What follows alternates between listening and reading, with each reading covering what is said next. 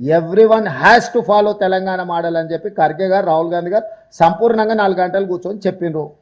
ఆ తెల్లారి తాల్కటోరేటేరియంలో దేశంలో ఉన్న వాళ్ళు అందరినీ పిలిపించి రాహుల్ గాంధీ ఖర్గే గారు మద్దతు ఇచ్చిండ్రు. ఇది ఒక ప్రాసెస్, కంటిన్యూస్ ప్రాసెస్.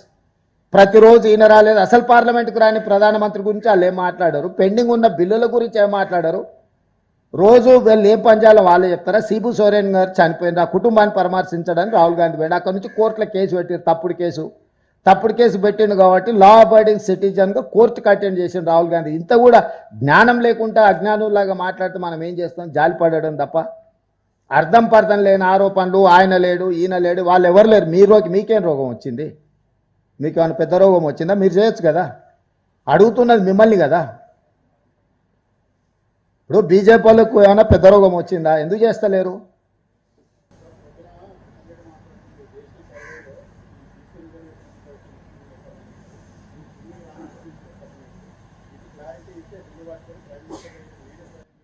అన్ని ఇస్తాం. అఫీషియల్గా మీటింగ్ ఏర్పాటు చేస్తే కిషన్ రెడ్డి గారికి సెక్రటేరియట్లని, chief secretary, planning department special chief secretary, అందరు అధికారులతో అఫీషియల్గా నేను మొత్తం అవగాహన కోసము అఫీషియల్ ఇది పెడతాను సెక్రటేరియట్లో. ఎప్పుడో డేట్ ఫిక్స్ చేయమన్నారు కిషన్ రెడ్డి గారిని. కృష్ణ, అందుకే కిషన్ రెడ్డి గారిని రమ్మంటున్నా. మొత్తం కలిపి చీఫ్ సెక్రటరీ, ప్లానింగ్ డిపార్ట్మెంట్ చూసింది ఇదంతా, వన్ మ్యాన్ కమిషన్ చూసింది ఇదంతా, బీసీ కమిషన్ చూసింది. దీంట్లో వివిధ అందరిని పిలిపించి అఫీషియల్ పవర్ పాయింట్ ప్రజెంటేషన్ ఇస్తారు. అన్అఫీషియల్గా నేను కిషన్ రెడ్డి లేకపోతే మహేష్ గౌడ్ గారు కిషన్ రెడ్డి వ్యక్తులుగా మాట్లాడుకున్నట్టు కాదు, ప్రభుత్వ పరంగా స్పష్టంగా సోషల్ జస్టిస్ మినిస్టర్ కూడా రమ్మనుంది తెలంగాణకు. దారి ఖర్చులు కూడా మేమే ఇస్తాం, ఇద్దరు కేంద్ర మంత్రులకు ఎక్స్ప్లెయిన్ చేస్తాము. దాంట్లో ఏమన్నా అనుమానాలు ఉంటే అక్కడనే మొత్తం ఎంటైర్ టీం ఉంటుంది. లేదు కిషన్ రెడ్డి గారిని ఇక్కడనే టైం పెట్టమని ఉంటే నేను అందరినీ యంత్రాంగాన్ని అంతా తీసుకొని వస్తే ఢిల్లీకి.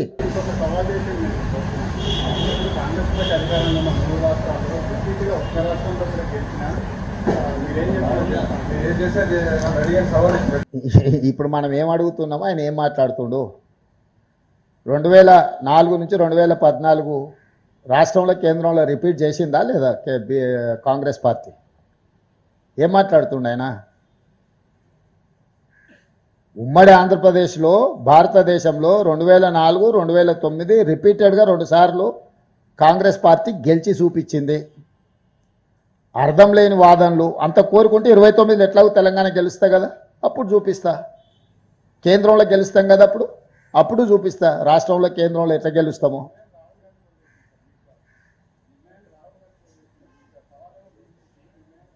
దేనికోసం అంట? ఖచ్చితంగా ప్రయత్నం చేయమని ఉంది. నేను అదే చెప్తున్నా, మోడీని గద్దె దించుతామని మేము సవాల్ చేస్తున్నాం. దిగకుండా ఆయన ఎట్లా అడ్డుపడుతాడో పడ్డమని ఉంది. 150 సీట్లు దాటనీయమని చెప్తున్నా నేను ఈరోజు బీజేపీకి కేంద్రంలో.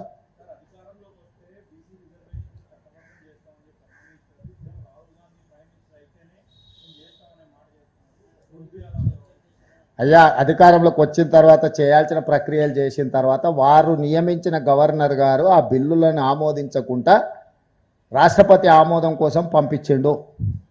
వారు నియమించిన గవర్నర్ గారు రాష్ట్రపతి ఆమోదం కోసం పంపించిండు కాబట్టి ఇవన్నీ చర్చలు. మేము చట్టం చేసిన తర్వాత గవర్నర్ గారు ఆమోదిస్తే చర్చలకే తావులేదు. ఈ చర్చలన్నీ కూడా అర్థం పర్థం లేని చర్చలు. కిషన్ రెడ్డి గారు చేస్తున్న వాదన పసలేని వాదన, పైసకు పనికిరాని వాదన. ఇక నేను అదే చెప్తున్నా కదా, ఎవరిది డ్రామానో ఎవరిది నిజమో తెలంగాణకు వస్తే తెలుస్తుంది. ఇక్కడ ఢిల్లీలో కూర్చొని మాట్లాడితే ఏం తెలుస్తుంది?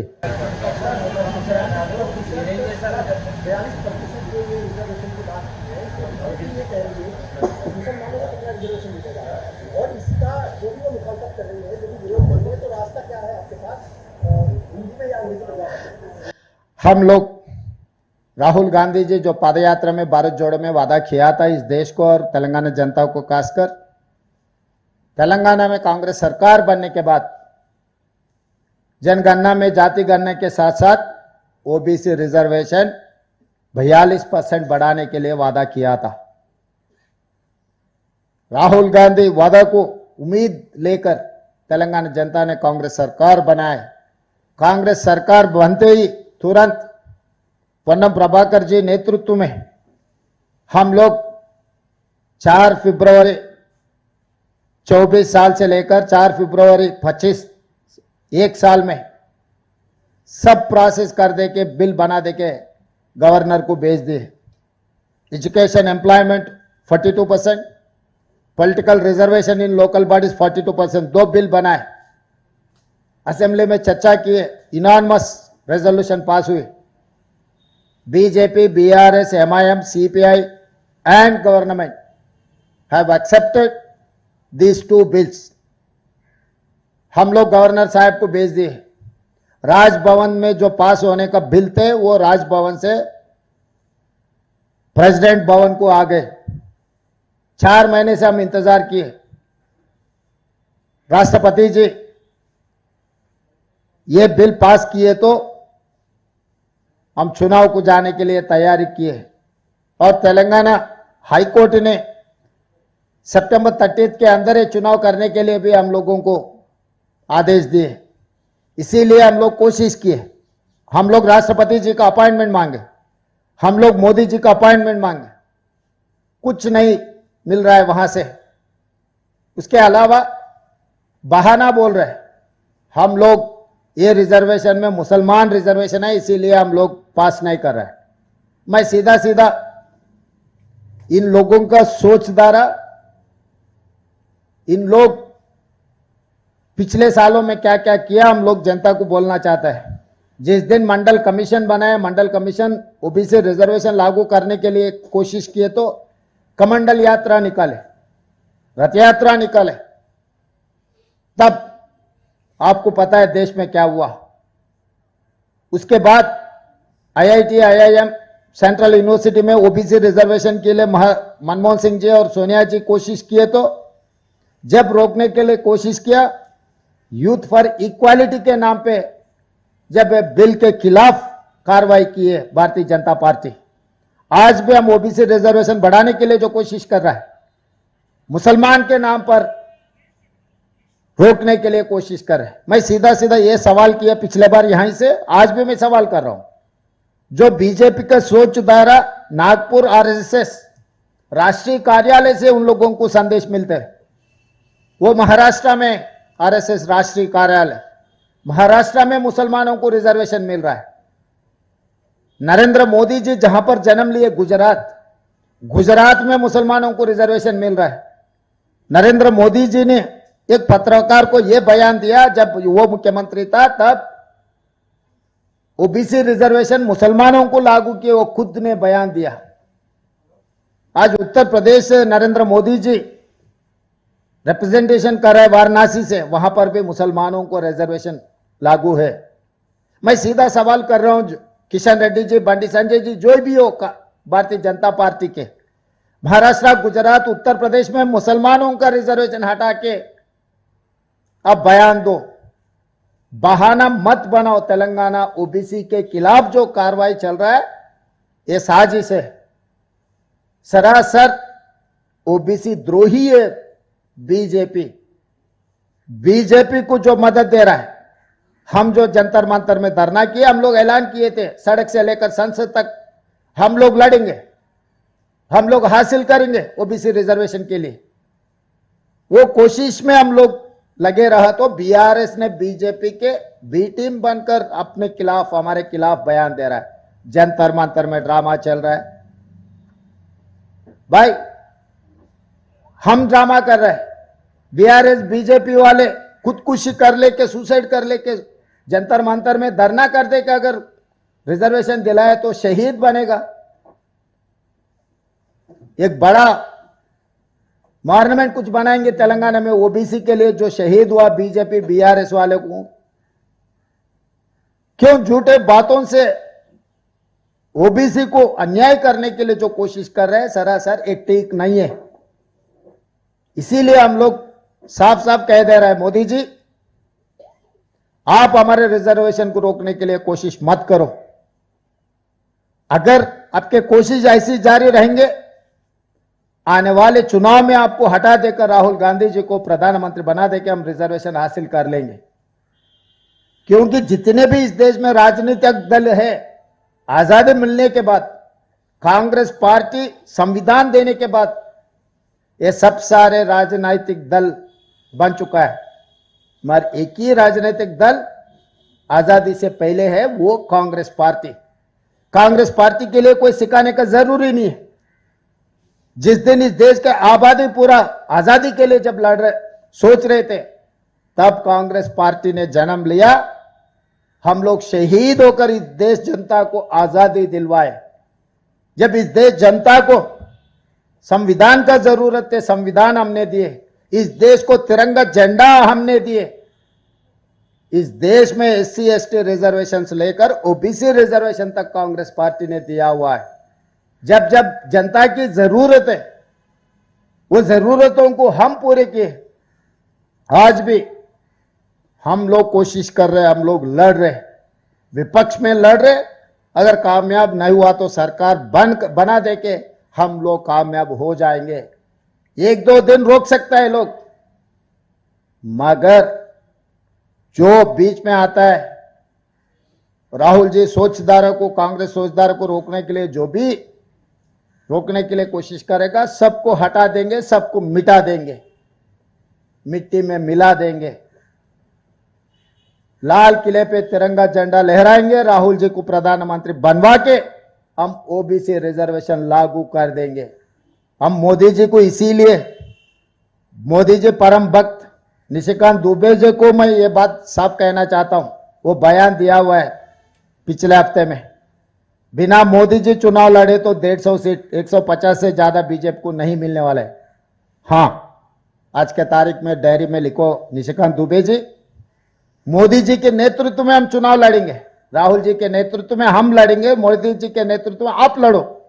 आने वाले चुनाव में 150 से एक सीट भी ज्यादा नहीं आने देंगे। जो कंडीशन लगा है 75 years cut off, Advani ji को, मुरली मनोहर जोशी जी को हटाने के लिए मोदी जी ने यह कानून लागू किए। जिस दिन गुजरात में बहुत सारे गड़बड़ हुआ, तब आज अटल जी ने मोदी जी को हटाने के लिए कोशिश की है, नहीं हटा सका। मोहन भागवत जी ने आज कोशिश कर रहे हैं मोदी जी को हटाने के लिए, मगर वो हटने वाले नहीं है, हमें पता है, आपको भी पता है। मगर राहुल गांधी जी के नेतृत्व में कांग्रेस पार्टी मोदी जी को हटा देंगे, कुर्सी से उतारेंगे, लाल किले पे तिरंगा झंडा लहराएंगे। आज नहीं है तो कल ओबीसी के लिए हम लोग खुद कानून बनाएंगे। तब तक किशन रेड्डी जी झूठ बोलना छोड़ दो। आप जितने बार झूठ बोलेगा, मैं उतने बार सच बोलूंगा आपके बारे में, आपके पार्टी के बारे में, मोदी जी के बारे में। इतने बार बार कह रहा है मुसलमान रिजर्वेशन के बहाना। आरएसएस राष्ट्रीय कार्यालय है नागपुर में, महाराष्ट्र में, पहले हटा दो मुस्लिम रिजर्वेशन। गुजरात में मोदी जी जन्म लिए, वहां पर भी हटा दो। मोदी जी उत्तर प्रदेश से सांसद बन के आए, प्रधानमंत्री बने, उत्तर प्रदेश में हटा दो। ये 3 राज्यों में आप हटा के तेलंगाना राज्य को आप सुझाव दो। बहानों से सरकार नहीं चलने वाले है, बहानों से आप बचने वाले नहीं है। तेलंगाना 4 करोड़ जनता बहुत होशियार है, आपसे भी ज्यादा। इस देश को चला है तेलंगाना का धरती पुत्र पीवी नरसिंह राव ने। इस देश को कैसे आगे लेकर जाना है, तेलंगाना ने रास्ता दिखाया। इतना याद रख के अब राजनीति करो।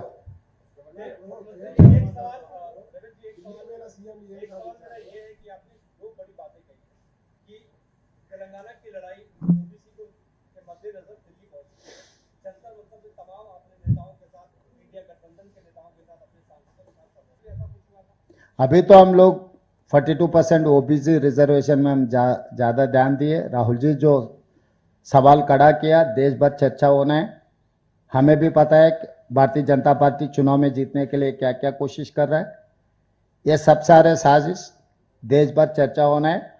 आने वाले बिहार इलेक्शन में जो कोशिश कर रहे हैं सरकार बनाने के लिए, सब होशियार रहना, मीडिया के साथ साथ इस देश के जनता, क्योंकि अब कितना भी मेहनत करो, लोग कितना भी चाहिए, ऐसे सरकार बनाने में अगर बीजेपी बार बार कामयाब होते गए तो इस देश के लिए नुकसान है।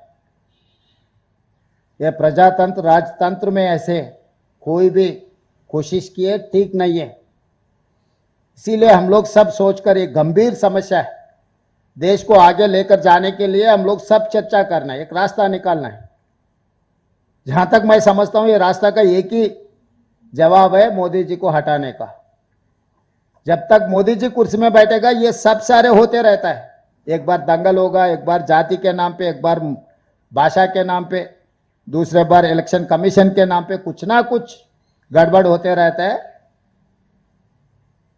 सब समस्याओं का एक ही जवाब है, मोदी जी को हटा दो।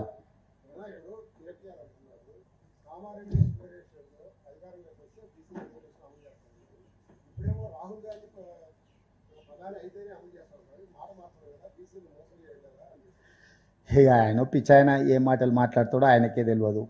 ఇప్పుడు ఢిల్లీకి ఎందుకు వచ్చినాము? మేము పంపించిన బిల్లులను ఆమోదించకుండా గవర్నర్ గారు రాష్ట్రపతి దగ్గరకు పంపించిండు. ఎన్నికల ప్రక్రియ, ప్రభుత్వ పరిపాలన అనేది అవగాహన ఉంటే ఎవరు ఇట్లాంటి పిచ్చి మాటలు మాట్లాడరు. ఆయన పిచ్చితనము, అసంతృప్తి, కుటుంబ సమస్యలను ఎదుర్కోలేక వాటిని దృష్టి మరల్చడానికి ఇట్లాంటివి ఏవో మాట్లాడుతూ ఉంటారు. వాటి గురించి మేమంతా పట్టించుకోము, మీరంతా చింత చేయాల్సిన అవసరం లేదు. ధన్యవాదాలు.